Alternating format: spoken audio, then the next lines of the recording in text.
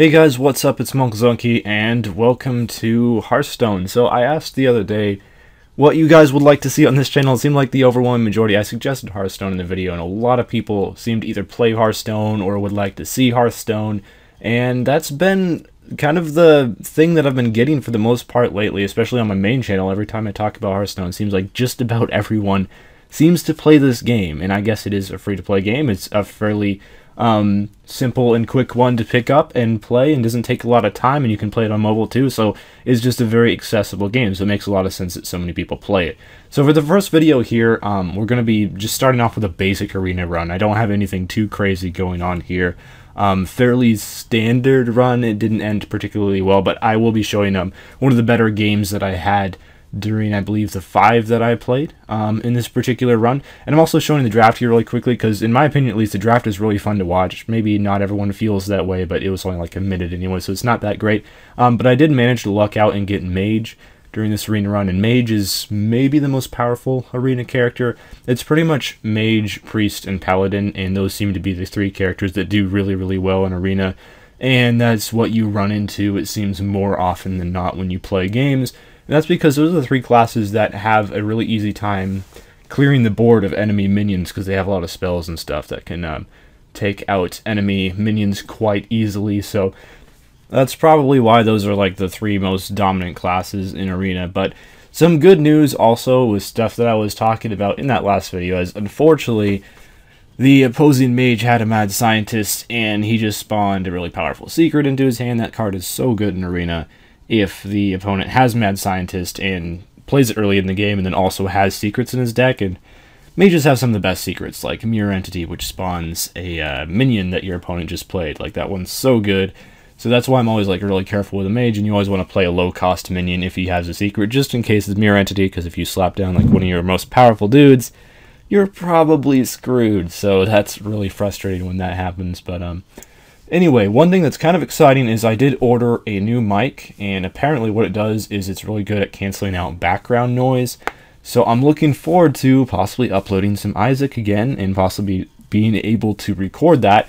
And also, this is like a headset, not a mic, which means that the fact that my living space that I'm recording in is such a bad setup for audio is not going to be as big of a deal. So we're looking at possibly getting some Isaac out again soon, and live commentary of any other game that I decide to play is going to be a lot easier with this new mic. So I'm really excited for that to arrive. And as soon as that comes, you know, this channel should be up and ready to go again. And I'm really excited for that because I've had a lot of fun with the gaming channel. And of course, the enemy had like a Snow Chugger and then a Tinkertown Technician, which I think is a really underrated card. Like, it's so good if you have a mech out, and there's a lot of really low-cost mechs in this game. So Tinkertown Technician is just like one of the best cards if you have a bunch of mech creatures in your deck. So I love that card a lot. It's really annoying to deal with because it has like 4 health, so it's kind of hard to kill. And I'm switching back and forth between talking about the game and talking about the exploits of getting my new mic, which, I'm sorry, I'm just really excited about it because I have missed Isaac quite a bit. Alright, so in Arena, as always, you really want to have board control during the entire time, and that's what the opponent has been doing a really good job of here, and that's why Mage is so good, because all of his spells just completely destroy you. And his card, I believe it's like Flame Waker or something like that, really doing a lot of damage to my minions, and I can't kill it because he has taunts out. So Flame Strike is, you know, one of the best cards in Arena because it can clear the board of enemies really, really easily, but it also costs 7 mana, so you can't use them all that often. And then, you know, since you're drafting cards in this game mode, you don't always get it, but when you do get that card, it's really, really powerful. And honestly, even though Arena is my favorite game mode in this game, I'm not very good at it, but I believe that this game mode comes down to 2 things, and number 1 is luck, because this is a very RNG-based card game, which is fine. With every game, you want to have a nice balance with skill and luck. I mean, that's one of the main reasons poker is so popular. There's a lot of luck involved in a game like poker, even though that game is not terribly skill-based, but you want to have both. You want to have skill and luck, probably a little bit more luck than skill, because that leads to awesome comebacks and stuff like that. But another thing is drafting your cards. I think There's a lot of skill involved with that, and there's some obvious choices to make as you pick like the strongest minion with the lowest mana cost for the most part, or minions that have really powerful abilities like Scarlet Crusader has Divine Shield, for example. That's really, really good.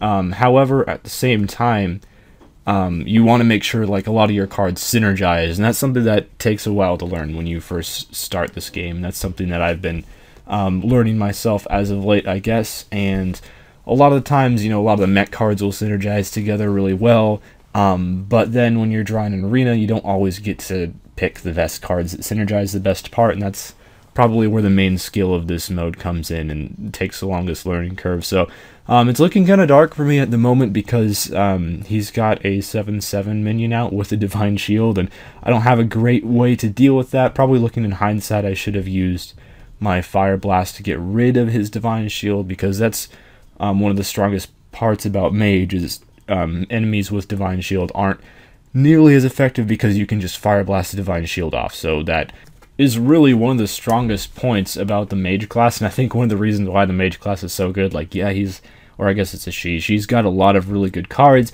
but that Fire Blast can just pick off low HP minions when the minions are hiding behind taunts and stuff like that.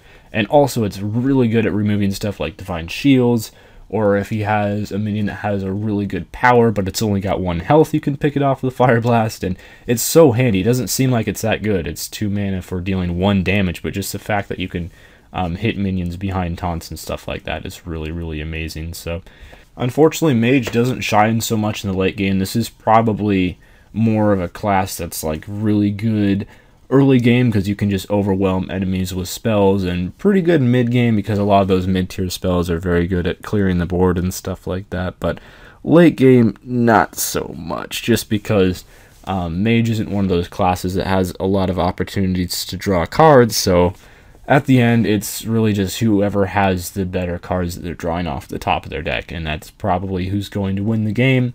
And this could have been winnable by either player. It's not necessarily over even at this point, because he can do 4 damage to my hero, and I have 7 health left with his Water Elemental and his Fire Blast. But unless I draw something really good on this hand, yeah, it's probably over. And a Flame Strike would be pretty nice. It would have cleared the board here, but no, I just get Violet Teacher. So unfortunately, I concede this game.